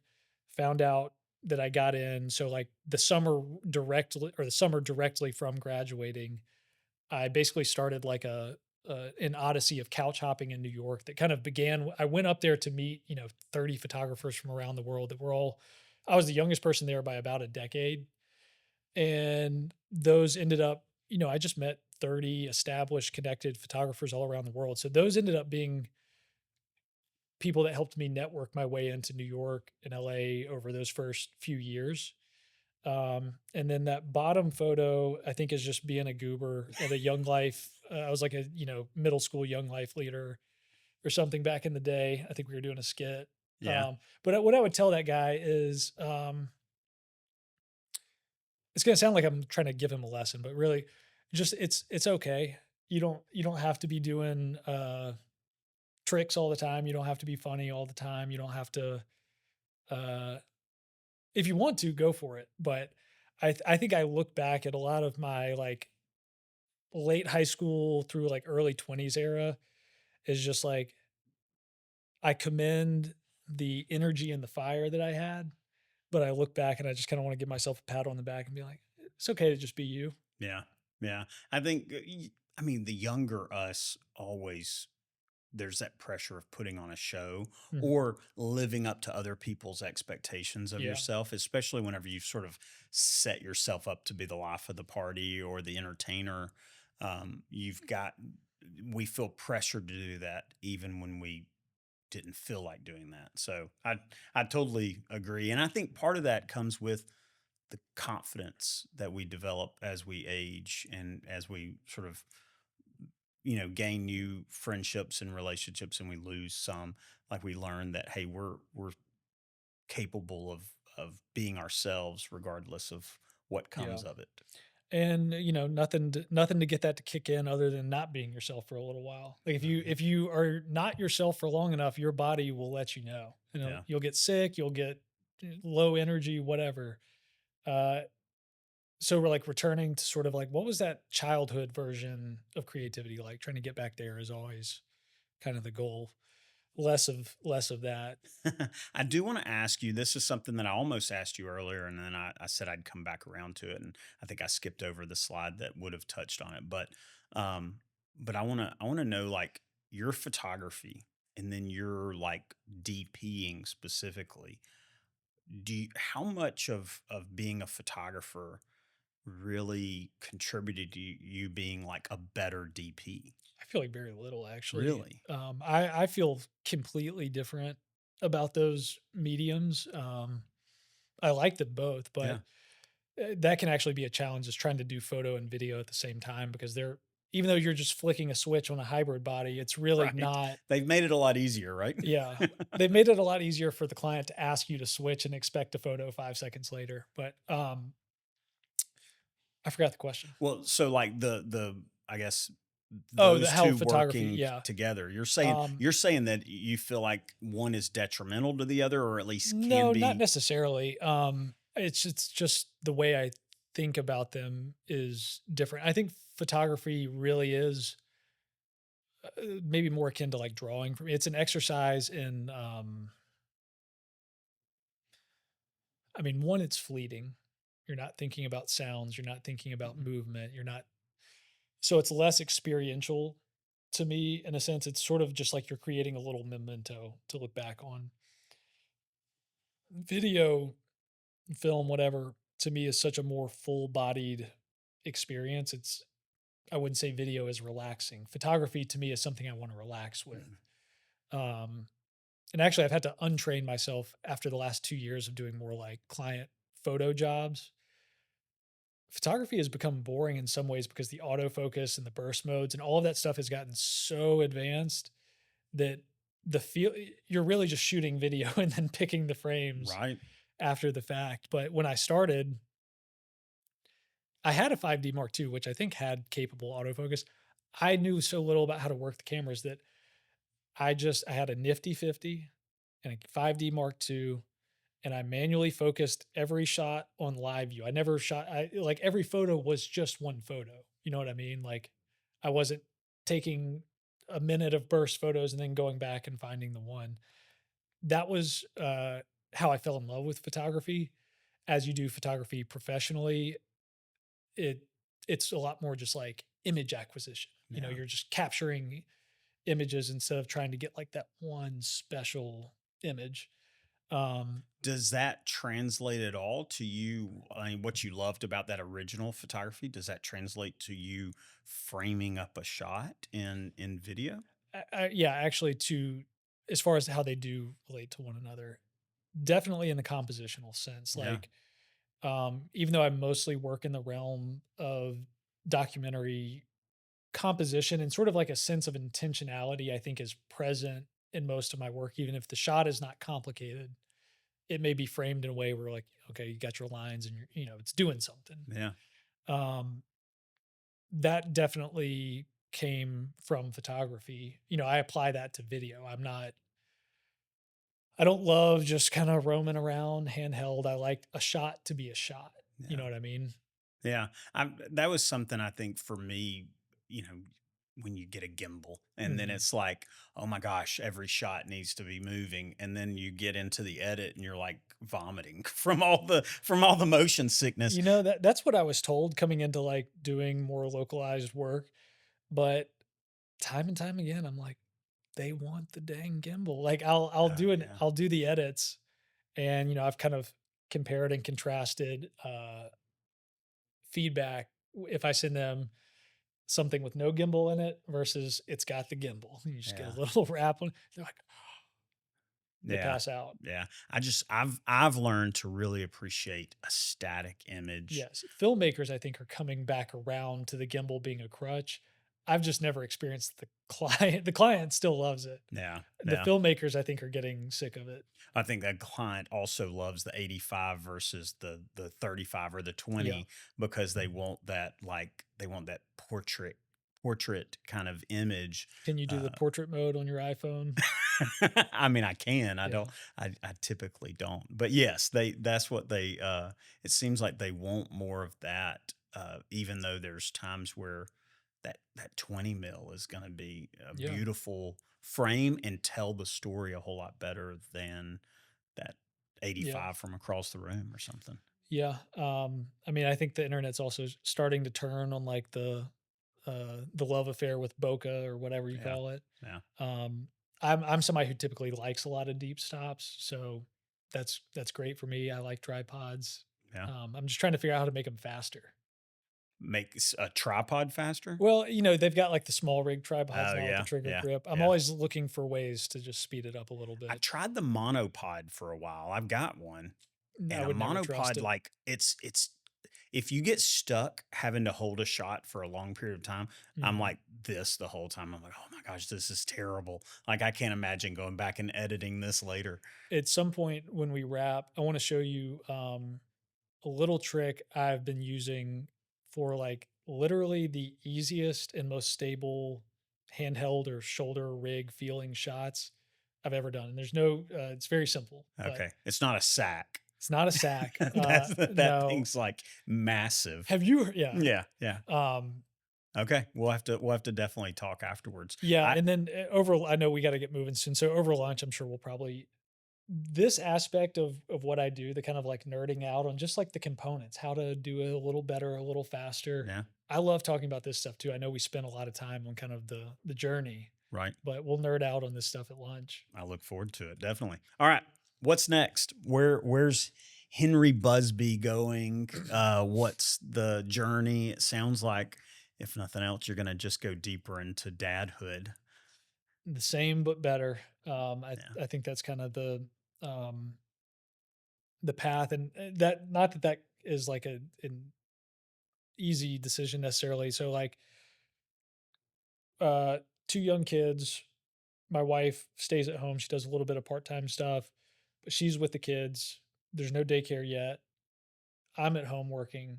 And so I think I still haven't met a lot of other creatives that are in the position of like, you work from home, you are the sole income from your family, and you also like are surrounded by your family at all points during the day. And I think the last, especially since the second one was born, it's been harder and harder to really like show up for work each day in the way that mm, I want to. And I was talking to my dad about that recently, and making a long story short, he's a client for me on a job, and I was having to talk to him about a deadline that I missed on something, which I wasn't excited to talk to him about, but it was just life. Life had lifed its way into my life, and was missing the deadline that week. So I went over to his house. We're having a cup of coffee, and we're talking to him, and he's understanding in sort of a fatherly sense. And I think yeah, then there was another sense where he was trying to give me just the subtlest of nudges of like, this is affecting your business, right? And I think he was maybe the intention there was to remind me like, hey, you do have to be focused on your business more than you are right now. You can't yada yada. I took what he mean a little bit differently, and we ended up having a very good conversation from it. I looked at him and I was like, I know. And I'm like, to the point I was so exhausted at that point, I was feeling like near tears. I'm like, I know that I'm losing, that my business is suffering. I know that that 30 to 40% of energy on the pie chart is not going into the business, but I know where it's going. mm, And I see the results like in our kids and how, I mean, filled with light. So I know that that is an investment, because that window of time where you're really, you have kids at a different age. So you can probably correct me. I've heard that that time, that really, really open time when they're like 0 to 6 before they're off at school, that like you will never have as much of a window to sort of make your mark with them as you do when they're in that, when they're like kids, when they're yeah. children. So I think it was really just last week that I said that out loud and said, I know I'm hurting my business, but I know where I'm putting that energy instead. And I felt sort of like a weight lift, because I've been dragging myself all year of like, I don't have a website that works. I don't have everything is so scattered and disorganized right now, because I'm just trying to kind of army crawl through these first couple of years of doing what we're doing. But I'm tired of people trying to, I won't say I'm tired of it. People often are making suggestions to me about how to alleviate the suffering. Suffering is a harsh word, but Right. Yeah. what they see, the tiredness they see, they're, well, if you rent an office space instead of working in your garage, there's all these things you can do. You can outs. Did you know you can outsource your editing to Indonesia for $1,000 a month? Right. Everything is about how to let go of a lot of the responsibility for what I'm currently holding on to. And what I'm holding on to is like, I want to just be doing this and just slowly getting better at it. Slowly making it make more sense with less suffering. Yeah. Ultimately, your story strikes a chord with me in so many ways, but I think this is the core of it, is the fact that you love your family. You love what you do, but what you do is not important than your family. No, and they're not exclusive to one another either. Being a part of your family and being connected to it will enhance your creativity. Yeah. And I'll actually, there's an off-camera thought I'll share with you later. Okay, I look forward to it. Thank you so much, Hey, Henry. I thank you. really do, man. Yeah, I mean it. It was great. You and I have communicated, I guess, since maybe the first or second meetup I did a couple of years ago. You reached out, yeah. talked about coming. I don't think you were able to come to either one of those. Were you Uh, that year? no, no, I haven't been Okay, able to go. I mean, getting out of the house after the kids go down around 8, it's just like, no, I'm done. I totally get it. But yeah, to say a little bit about you and sort of the when you put something out on the internet, especially like a podcast or like a YouTube channel or something, that feeling of just like I'm throwing up into the void or I'm seeing the 32 view count or whatever it Yeah, is after a year. I've been in that boat and that doesn't feel good. But as a kind of testimony to what this podcast can do, so I moved back to Alabama in November 2023. And I think it was around January of 2024 where I was kind of like, okay, I gotta build a new business. I gotta figure out who's who. I gotta, I'm in a whole new setting. I have to like figure out the map. And I found your podcast on YouTube. I don't even really remember how. Um, and it really, really helped me put together sort of a mental map of what the Birmingham scene was and some of the connections that have been really fruitful for me. Kristen Dauber and I have done yeah, numerous jobs now. Or she's great. Alex and I have kind of been in touch and we talk about things a lot now. So there are numerous guests you've had where I've either outreached to them in some way and they've helped bridge, some other opportunity, but I probably owe you some money in Well, some we can sense. talk about that Okay. off camera too. No, I'm just kidding. No, not at But all. it was also funny, in that, so that was like 2, 3 years ago now. I emailed probably every dang agency, I emailed every person affiliated with creative or marketing in the state of Alabama, just kinda sending Yeah, those, "Hey, I'm Henry, I'm here, I'm back, I'd love to get a coffee." yeah. You hear back from maybe one of them. But here we are, 2 or 3 years later now, and I've had the opportunity of now working with several of those creative directors, and I know they never even saw the email, that's just a random thing in their inbox, but it's kind of a good feeling to know that, like, you can paradrop back into, like, unfamiliar lands, and if you look in the right places, you can find resources that will help you figure out where to go.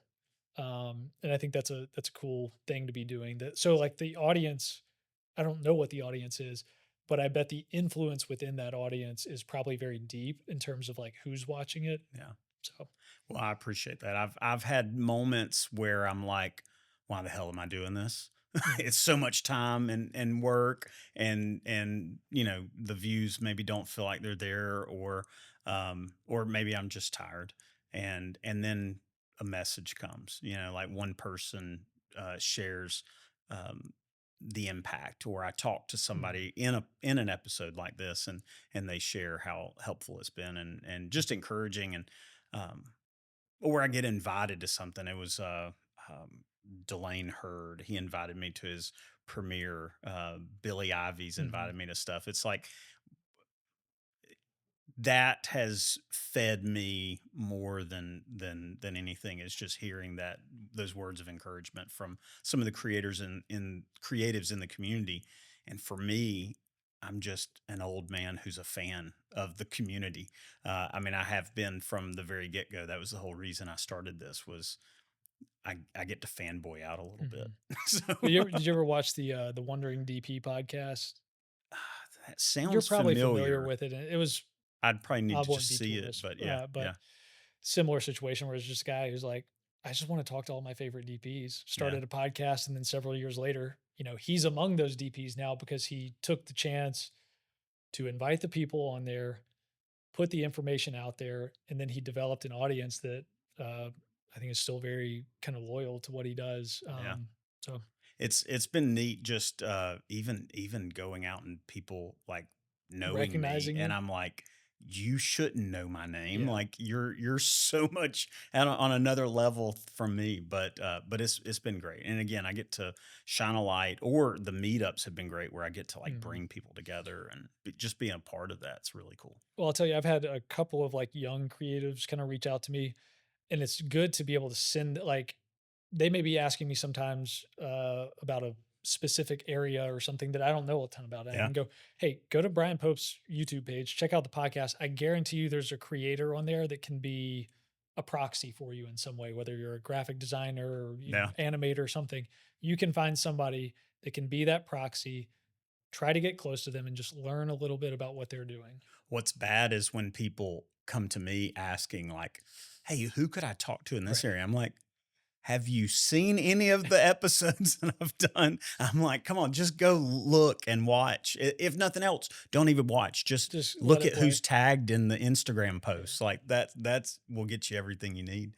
And DMs have been incredible to be able to just simply send a message to somebody and then they actually respond. But seriously, Henry, thank you Yeah. so much for being on the podcast today. Yeah. And it's been a couple of years since we started talking originally, and so it's really cool to have you Little on now. seeds. I made it through the whole podcast without you. You didn't discover the most embarrassing videos. We'll Okay. have to talk about those at lunch, but Definitely, definitely. Those of you that are watching should go search deeper than I did to find them you maybe. won't find it. All All right, right. man. Well, I appreciate you. Thanks, Brian.